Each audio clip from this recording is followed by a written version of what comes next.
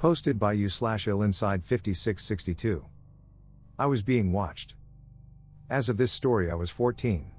Growing up I loved to watch my still favorite YouTuber, Mr. Ballin. I'd watch his videos endlessly on TikTok and YouTube both whenever the chance came. I would always watch them at night even though I hated to do so.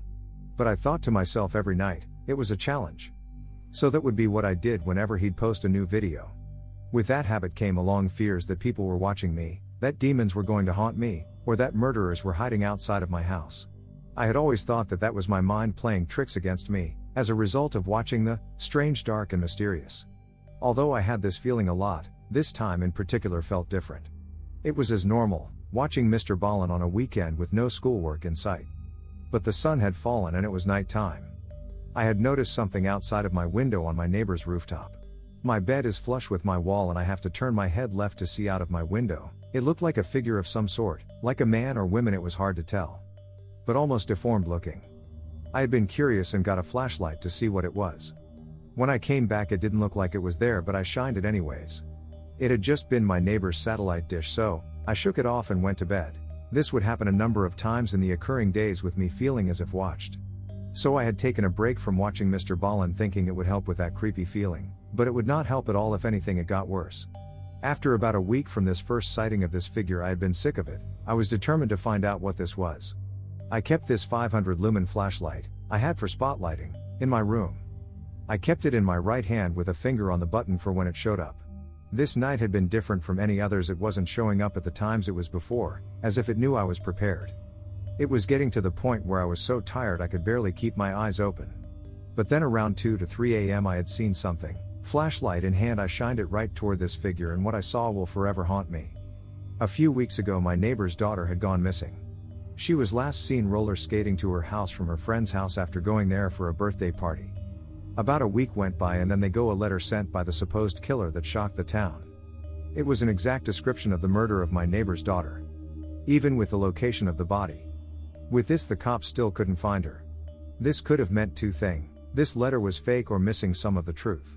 But either way the body had not yet been found. Until now the figure on my neighbor's house was their daughter. Her face was torn up and her body was destroyed. It had looked like the killer had tried to chop her up but failed. I held the flashlight aimed right at the daughter while dialing the police in the other hand. After the call was made, the flashlight that I was holding was so bright it was lighting up the lawn as well as the body, and in my peripheral vision I had seen him. The murderer staring right at me with a mask on that had a huge smile plastered across it. Seconds later police sirens went off scaring away the masked man. When police had asked me questions I was too shocked to answer. I had been being watched by the killer and my best friend's corpse for over a week. I'm not sure I will ever get over this or not, but I continue to watch Mr. Ballin to this day because it in a weird way helps. Posted by you/Lurka. Luna. I decided to order contacts online. What started this whole ordeal is an issue that I'm sure that anyone who wears contacts or glasses can relate to. I've had the same eye prescription since I was 13 years old. It literally has not fluctuated on. Every year since my release, I've had to go through the same crap. It goes something like this: take a day off from work, see the optometrist, have my eyes dilated, be told my prescription has not changed even a fraction of a point, and then pray I survive the drive home with my weird, light-sensitive eyes. I also usually end up getting a migraine from the dilation, so, overall, I consider my yearly eye exam to be an exasperating, painful occasion. I just don't know why I need to get my prescription renewed every year. Neither does my wallet. I'm working part-time, or at least that's what my contracts say. I'm regularly pushing 50 hours a week, so no insurance. This means that 2 months ago, when my prescription was up and my final contact ripped, I was dreading the bill for what I knew would culminate to useless experience. Then I had a brilliant idea. I thought it'd be smart to order contacts online and skip my annual irritation. I checked the popular sites and, much to my displeasure, they either required an updated prescription or were substantially more expensive. I was about to give up after looking through the first 5 or 6, but then I found a seller who seemed perfect. They had my brand for about $20 cheaper than I usually pay and advertised next day shipping. I'm not usually the type of guy who would order something from an unknown website, but there was an option to purchase through PayPal. Thinking I didn't have much to lose, I clicked the big red buy button. I went to bed, feeling uneasy about my purchase. As soon as I had bought it, I felt sure it was a scam and thought I had a few annoying calls to PayPal in my near future. The next morning, I got ready for work. I put in my one good contact and hoped that I wouldn't get a migraine from the missing one. When I went outside, there was a small cardboard box on the porch of my trailer. It was a little after 5 a.m., much too early for the mail to have run. I picked up the box and thought maybe I'd missed an Amazon delivery the previous day. I threw it in the passenger seat of my car without giving it a second thought and sped off to work. I'm employed as a janitor at the local retirement home, Shady Oaks, and yes, it's literally named that. I haven't changed the name for privacy concerns or anything like that. The owner, never met the guy, just must be lacking in the imagination department. Anyway, it's pretty large by retirement home standards and advertises itself as a retirement community. Currently there are about 500 residents, the majority of which are well over the age of 75. There's a decent percentage of live-ins in their 60s, plagued by the likes of dementia and Alzheimer's, but only a handful of patients are younger than that. All the young ones either have a debilitating mental illness or have suffered some sort of trauma that has rendered them unable to live on their own. Of that group, I have only seen one resident at Shady Oaks younger than me. Her name was Anne, and she was only 20 years old when she got into a fatal car crash. A drunk driver swerved into oncoming traffic, killing Anne's family, her mother and her two younger sisters, on impact. Anne, the sole survivor, told me how she listened as cars passed by the wreckage for what felt like hours. All she could see was blood and broken glass. She told me that her body, the thing she had thought was her, was suddenly unresponsive and alien. She tried to move, to pull herself from the wreckage, but her body wouldn't listen. It kept her locked in place. And told me that she felt like something else had taken control of her, that some force had possessed her and was forcing her to stay in place. Despite the vast disconnect between her body and mind, and told me he could feel everything. She could feel all those purple points of flaring pain. The glass embedded into her arms and legs. All the broken bones that caused her breath to come out in raspy, wet coughs. When the EMT finally arrived, reportedly 10 minutes after the crash, and said she could hear them saying that no one could have survived the crash. She tried to make a noise, to alert them that she was there and needed help, but she couldn't. Each time she tried, she said all she could produce was a quiet gurgle as she choked on her own blood. Anne was sure she would die there, thankfully, and survived, but she'd broken her neck. On top of becoming paralyzed, she'd also sustained a major concussion. Her life would never be the same. Anne's father was mostly out of the picture. I don't really know the whole story, but I know that he wasn't there for her during Anne's childhood. Her dad seemed to step up after the accident. Apparently, the way that the EMTs had removed her from the wreckage might have worsened her injury. He fought tooth and nail for Anne until the hospital agreed on a settlement. I don't know the exact number, but it was apparently a pretty decent sum. Anne's father used that money to put her in Shady Oaks and then took off to God knows where. She hasn't heard from him in years. Anne is the main reason I've stayed employed so long at Shady Oaks. It's kind of ironic. When I first saw Anne 6 years ago, I was on the verge of quitting, and seeing her, so frail and small that I'd first thought she was a child, was nearly the final nail in the coffin to me turning in my resignation. Anne was a far cry from the usual residents I dealt with. Shady Oaks is separated into 4 buildings. The first is where able-bodied seniors who need minimal care live. A lot of the residents here have their own cars, and they are free to come and go with some perimeters. The second is where residents with either minor physical disabilities or the preliminary stages of dementia/Alzheimer's live. The residents are still somewhat free to roam the building, but the doors to the outside stay locked. The third block I try to avoid. It's where residents with severe, debilitating issues live. They are confined to their rooms. It's a sad sight to see. The fourth block is where I work. It is the smallest, around 25 residents, and it's where the old folks are sent when their minds are still solid, but their bodies are not. I've overheard a few past coworkers refer to us as the death block. It is a fitting name. This is where a lot of residents are moved to when they are standing on their last leg. We do have a few long-term residents, like Anne, who aren't quite at death's door, but they are rare cases. I don't mind working so close to death. In fact, I'm fairly certain that working in the fourth block is far better than the third. I try not to get attached to the old folks in the death block. They don't stay long after all. Still, seeing Anne so young and here in the death block made me feel, I don't know. Upset? Scared? Unsettled? All I can really say is it just didn't feel right. Didn't feel fair. It still doesn't. Anne was paralyzed, but she could still talk. When I would clean her room, she would ask me to turn the TV on and make polite conversation. She had a pronounced stutter from the accident, but I could tell how smart she was. I could see, even before I'd known her, that her body had become a cage that prevented her from moving or even communicating the way she wanted. It was excruciatingly difficult to be around her. Again, I'd already been on the verge of quitting, but for reasons I will get into in a moment, I was worried about finding employment elsewhere. After a few weeks with Anne, I requested my manager move me. At first it seemed like she was going to approve the request, but then I made the mistake of telling her why I wanted to be moved. Evidently, the fact that I was uncomfortable around a young, immobile girl meant I was perfect for the job. She said this with ease and then callously joked about being worried about some of my coworkers. I was repulsed.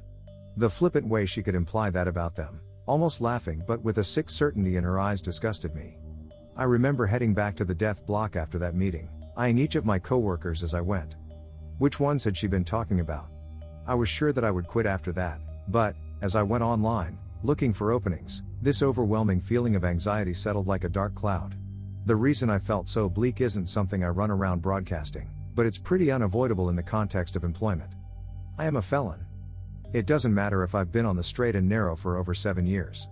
It doesn't matter that I spent my youth, the entirety of my 20s, behind bars. None of that matters. All prospective employers see is a little box checked yes, because a stupid, 19-year-old version of myself caught a charge on account of possessing a Schedule 4 with intent to sell. And it's true. I'm not going to spin you some story about me being falsely convicted. My mom had passed away shortly before the events that led me to prison. When cleaning out her stuff, I found 2 whole bottles of Xanax. I was your average poor college kid and thought I could make a quick buck. Instead, I got 10 years. When I got out of prison, I was pushing 30 and the only place I could find to hire me was Shady Oaks.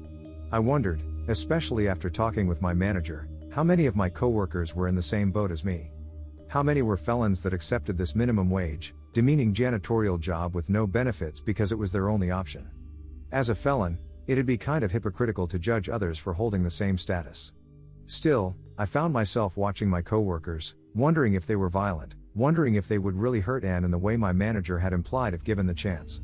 So, I stayed, and I would end up being thankful that I did. After that horrid conversation with my manager, I figured there was no avoiding Anne. I stopped being short with her. As I'd thought, Anne's mind was brilliant. Through her broken body, there was a shine to her soul that could not be dampened. I found out about her life before the crash, all of her hobbies, what her dreams had been. You get the point. She came about a year after I started at Shady Oaks. I joked often that she was both the youngest and the oldest resident in the death block. It's been around 6 years now and Anne has become my best friend, so that morning, the morning I'd found the box on my porch, I grabbed my card and headed straight to Anne's room. This was the usual routine. She was asleep, but I still flicked the light on and sat down purposefully heavy on the edge of the bed. She groaned, stuttering out my name. Who else? I asked her, lighting up a cigarette. Anne didn't smoke before she came to Shady Oaks but, well, call me a bad influence. I introduced her to one of the world's most uselessly expensive pastimes. She opened her mouth and I popped the cigarette in after taking a draw myself. She took a few shallow breaths and then I took the cigarette back. Why, you heard anything about my request? I was in her line of sight, so I shook my head. Sorry, Anne. She set her mouth into a tight frown. You see, Anne had been told as a kid to shoot for the stars and she had taken that literally. Before her accident, she had been well on her way to a dual degree in astronomy and physics. In another life, I have no doubt Anne would have become a renowned astrophysicist. But in this one, the only one who would see her brilliance was me. Which is a waste, since I only understand half of her science talk. And that's on a good day. She'd had her sights set on a meteor shower a couple months away and had put in a request to be wheeled out to watch the sky. It was a weird request, but I thought it was manageable. The only issue I could really foresee was the shower being visible from 3 a.m. to 5 a.m.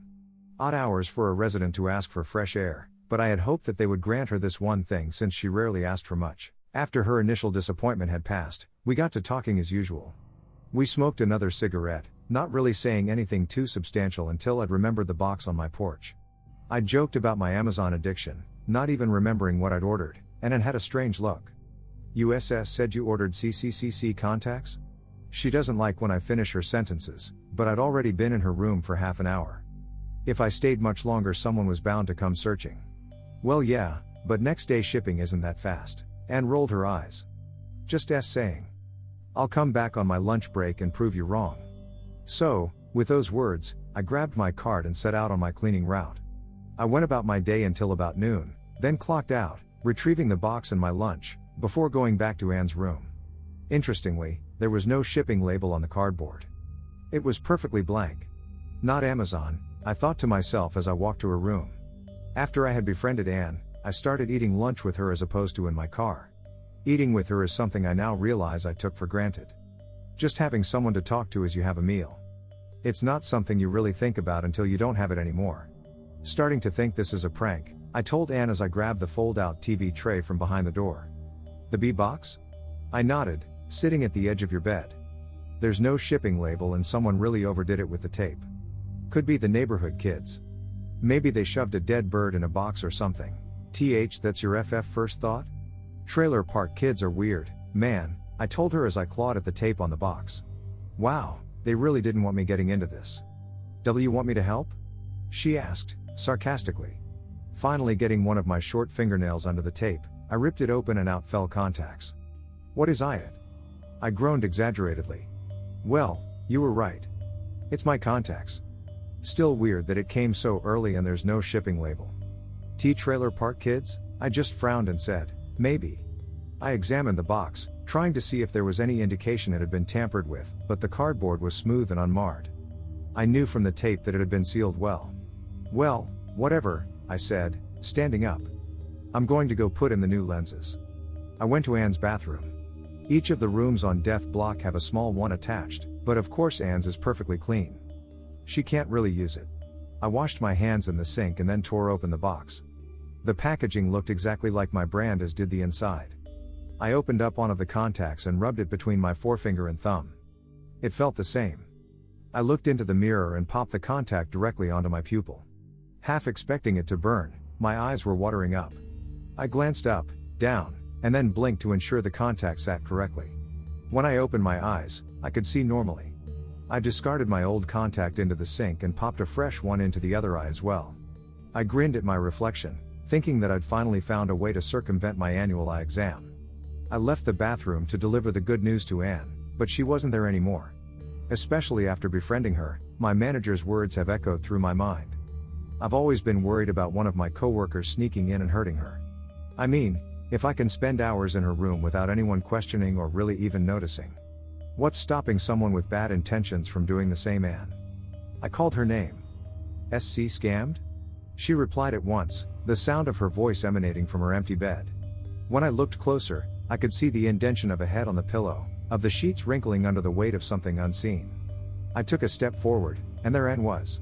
Her pale skin was translucent, I saw the white of the bedsheet more than I saw her. Being very eloquent with words I said, holy shit, I remember thinking, is this from the contacts? I mean it had to be, right? One moment I see in normal, then I put in some new contacts, and she suddenly goes transparent. Anne was starting to panic, asking questions that I vaguely registered to be about burning and blindness. She thought I'd hurt my eyes or something. I don't know why I didn't tell her what I saw. Maybe if I would have said something I could have prevented what was coming. I saw the alarm in her near see-through face, and I felt the need to reassure her. I'm an only child and I'm hardly 8 years older than Anne, so it'd be weird to say she's like a sister or child to me. I don't really know what it would feel like to have either of those. Still, I've always felt a distinctly familial bond with Anne.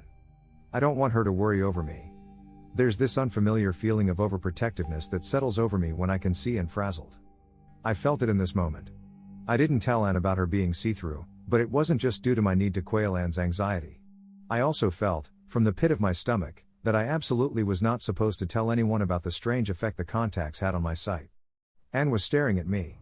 I made up something along the lines of, I just can't believe I didn't get scammed. These contacts work great. She made that face at me. The one where she scrunches up her nose and her mouth is drawn so tight her lips disappear. It's her way of calling bullshit, but she didn't say anything. It's really nothing, I said. Just happy I didn't get scammed.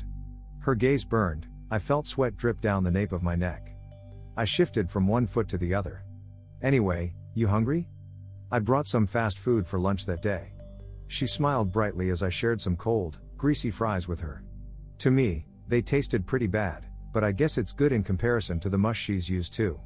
I'm not supposed to share food with residents or really give them anything, but I do, and not just Anne.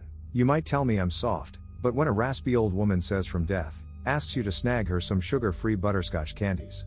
Well, why wouldn't I say yes? That's pretty doable as far as last requests go. So, after lunch, I went back to cleaning. As I did, I noticed that most of the other residents of the death block were in similar states of transparency as Anne.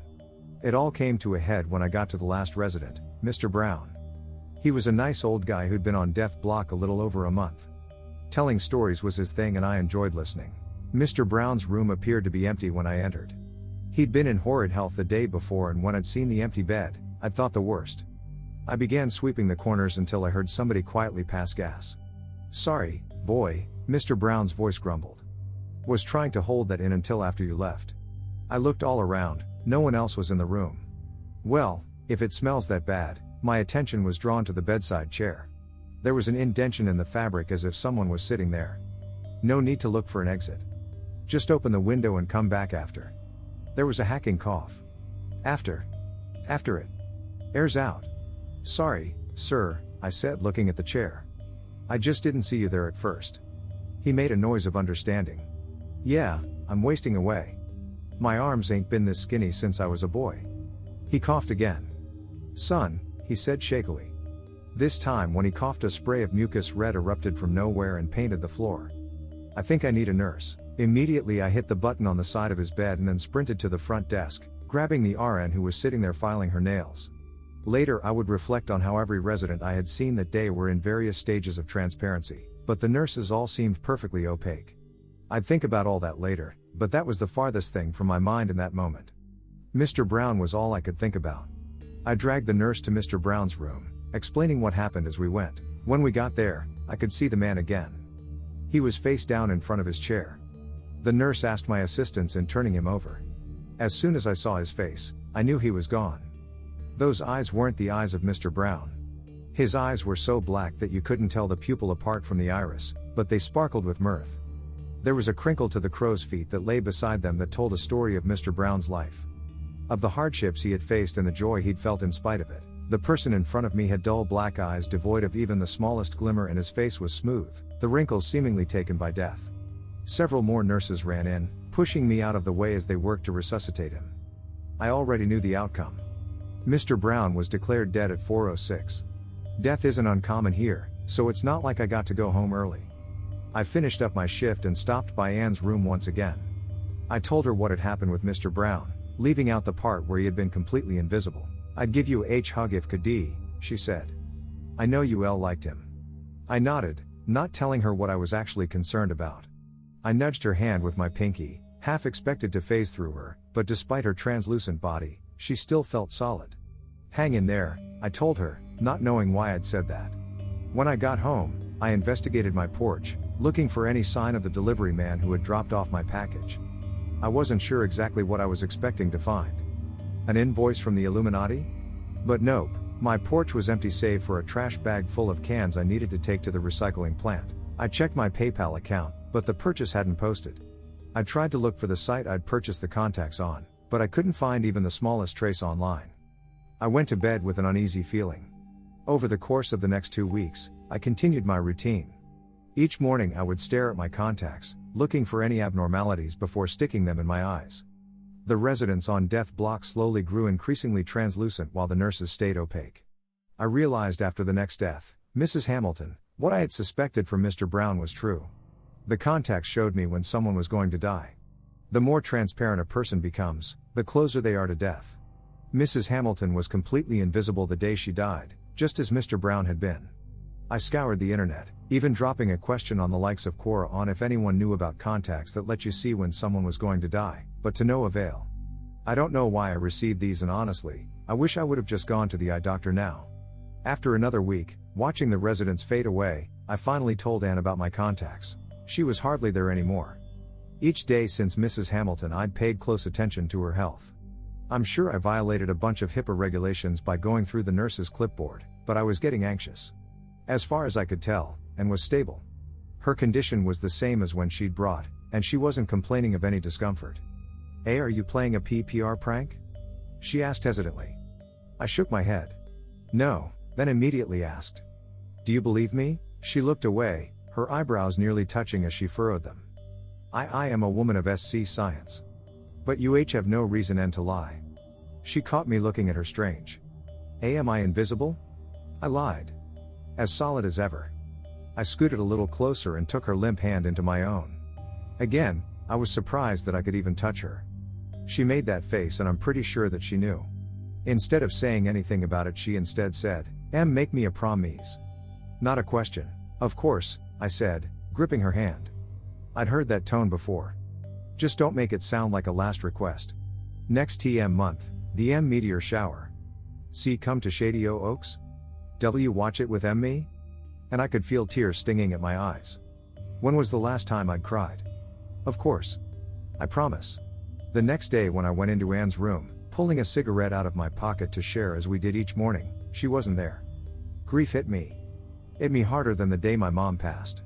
Harder than the moment after I was sentenced and realized my youth was gone. Harder than anything else I've felt in my life. I stumbled backwards, the cigarette box softly landing on the tile floor. Then I heard her voice call my name. Did you trip?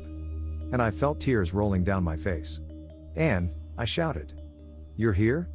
I practically leapt to the bed in one step.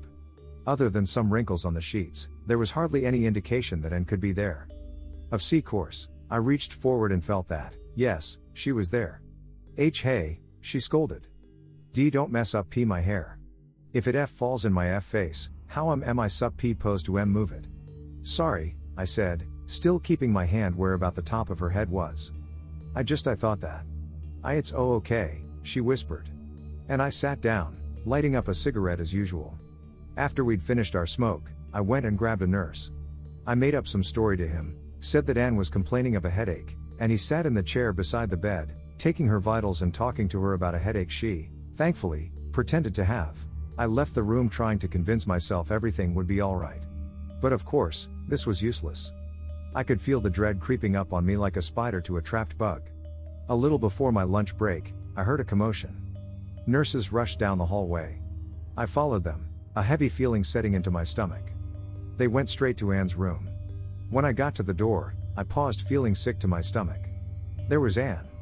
She was staring up at the sky with the same smile she wore when I'd shift her bed to look up at the stars. Nurses gathered around her, busting themselves with saving her, but I knew what would happen next. I couldn't get into her room, the doorframe too crowded, but when I looked, I saw her. Those blue eyes staring up at the sky, and there was a smile on her face, as if she could see through the white ceiling and finally gaze at the infinite above. I spent the rest of the day in a daze. Pulmonary embolism, that's what the lead nurse said. She'd had a blood clot in her leg and it had traveled up to her heart. Part of me wanted to get mad. To yell at her, anyone, really, but I didn't. I just nodded and let this emptiness spread over me. And didn't have a funeral. Her father had showed up once several days after she passed and rifled through her drawers, looking for anything of value, but Anne didn't have much. As he was leaving, I was outside smoking. I watched as the first stars of the evening appeared. This was 2 weeks ago. I don't know why I called out to him. I couldn't even be sure he was Anne's father. Where'd you put her? Is all I asked. He wheeled around, an upset look on his face. Are you talking to me? I put my cigarette out, taking a step towards the man. Where'd you put Anne? I'd like to visit her grave. He just dogged in response, about to sidestep me, but moved to stay in front of him. Grave? He scoffed. Do you think she left enough to afford that? You want her so bad? Come on. I followed the man to his car. I realized I didn't even know his name. Surely, Anne had mentioned it at some point, but I'd forgotten. Now didn't seem like a good time to ask. After rooting around in the back seat, the man produced a small, silver urn. He shoved it into my chest roughly. It took me a moment to realize he'd just handed me Anne's ashes. Frankly, he snarled. I don't give a fuck what you do with her. I was just going to dump them into the river. I clutched the cool metal of the urn to my chest, watching as he backed out. That night I sat beside the end table on the couch. I don't usually watch the news, but Anne always had me turn the TV on as I left, diligently keeping up with a world she could hardly participate in. At least I saved you from the ocean? I whispered.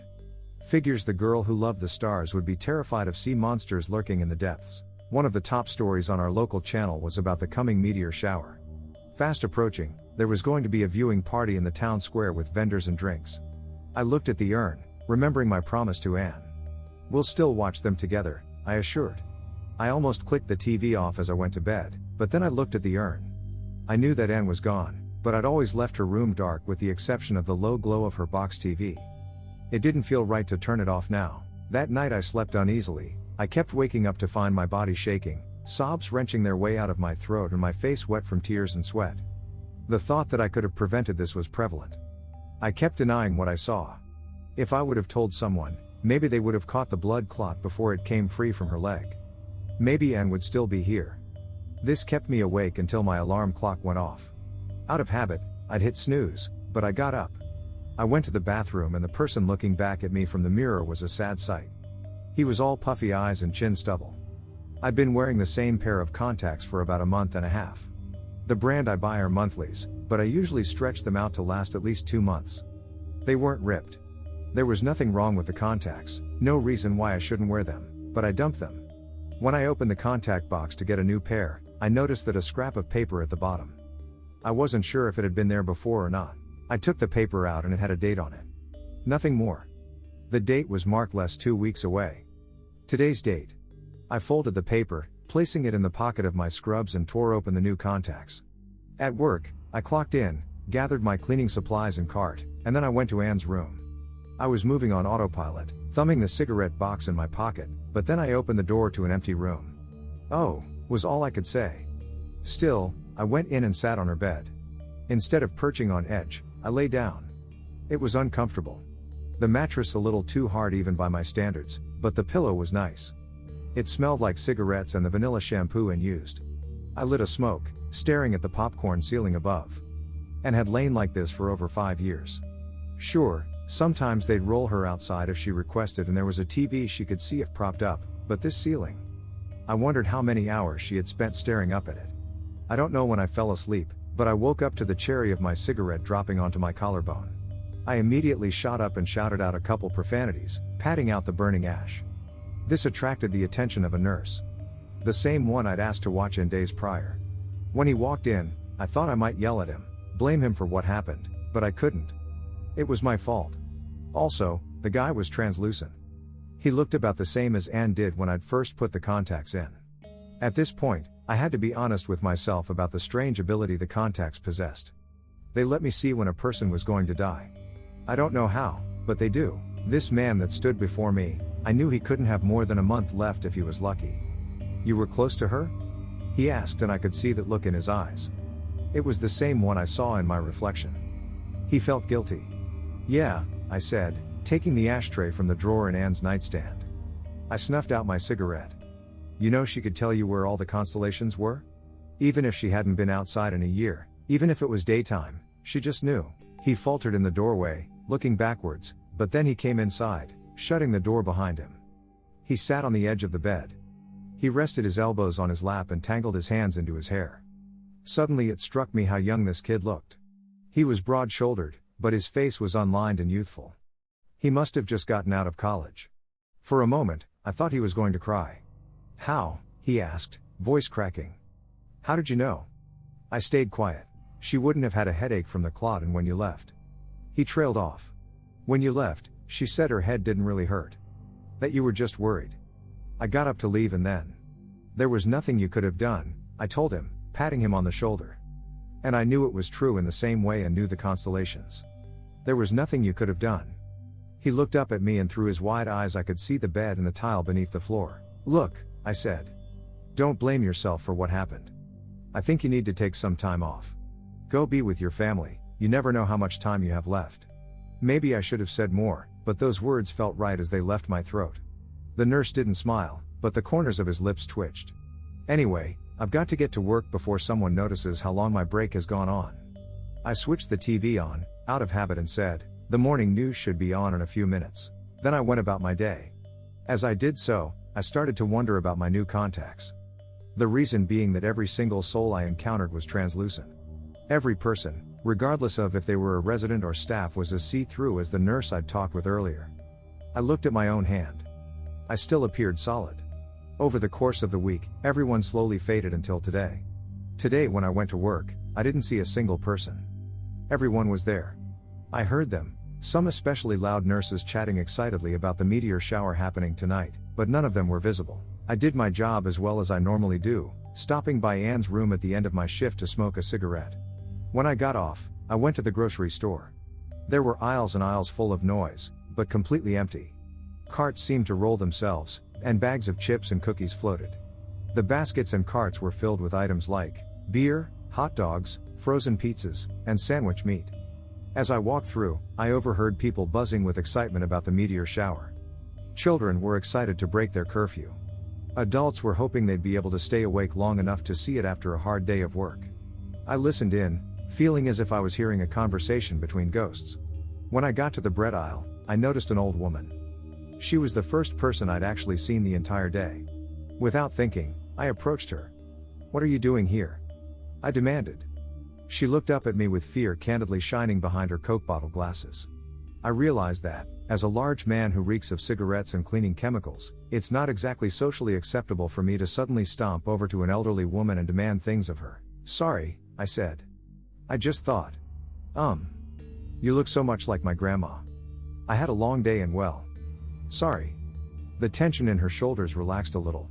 "You were reaching for this, weren't you?" I asked as I grabbed one of the loaves from the top shelf for her. She inspected the best by date carefully and then smiled up at me. "Thank you." She added the loaf to her basket. "The top shelves always have the freshest food." "It's no problem," I smiled. She was about to turn away, but I needed to know why I could see her, but no one else. "So, are you getting ready for the meteor shower party tonight, too?" She eyed me suspiciously. All I had in my basket was a 6-pack of cheap beer and some pizza rolls. I don't know what those items say about me, but for a single man in his late mid-30s, I assume it doesn't say upstanding citizen. Still, she smiled. "No, I have to catch a flight in." She looked at her watch. "An hour and a half. I'm just doing some shopping for my husband." She jerked her head towards the benches at the front of the store. I saw a cane standing upright. No person was there, nor the clothes of a person, but there was a cane. I nodded in that direction, pretending I could see someone. He can't get around as good as he used to, so I wanted to make sure he was okay. "It's my sister's 60th and we're all going to Venice." I nodded in understanding. That old fool, her eyes sparkled with affection. He'd try to go out and end up stuck. "I'm just making sure he's set up for the week." I helped her carry her things out to the car. Again, I wondered if there was something more that I should say. I wondered if I should tell her about her husband appearing to be invisible. I thought about suggesting that he should go with her, but it felt wrong. I drove home, passing cars that had no drivers nor passengers. Now, I'm at my computer, typing this out. I don't really know who's going to read this, but I felt compelled to write it out. Something is going to happen today. When I turned on the local news, they were talking about tonight's meteor shower. They had shots of vendors setting up booths and people donning shirts with sparkling stars. Interestingly, the contacts don't work over camera. I discovered that even through the lens of my camera, I could see people as they were. Solid. The news cut to the meteorologist who commented on the meteor story. "Folks, isn't it amazing how our atmosphere protects us? If it wasn't there, the space debris that's going to create a beautiful light show for us tonight would instead be terrifying." Now, on to the weather. And suddenly it clicked. Maybe this wouldn't be an extinction level event. The little old lady from the grocery store was proof that at least some would survive, but the reason why everyone was invisible wasn't because these new contacts were different from the last pair. They were still showing me when people were going to die. It was just that everyone was about to go. Well, everyone in town at least. I wondered if there was anything I could do, if there was any warning I could send that would save them. And, well, even if there was a way I could evacuate my whole city, maybe my entire state. Even if people listened to me, the thought of trying to do so left a sour taste in my mouth. It felt like going against fate. It's nearly midnight as I type this out. The meteor shower will start in just a few hours. I could get in my car, pick a direction, and speed away. I might even get away from whatever is coming next. But I made a promise to Anne. After I post this, I'm going to take my 6-pack, place Anne's urn in the passenger seat of my car, and then drive to Shady Oaks. I'll sit on the trunk of my car with Anne beside me and we'll share a cigarette just like we always do. I'll look up at the sky, waiting for the meteor shower to start.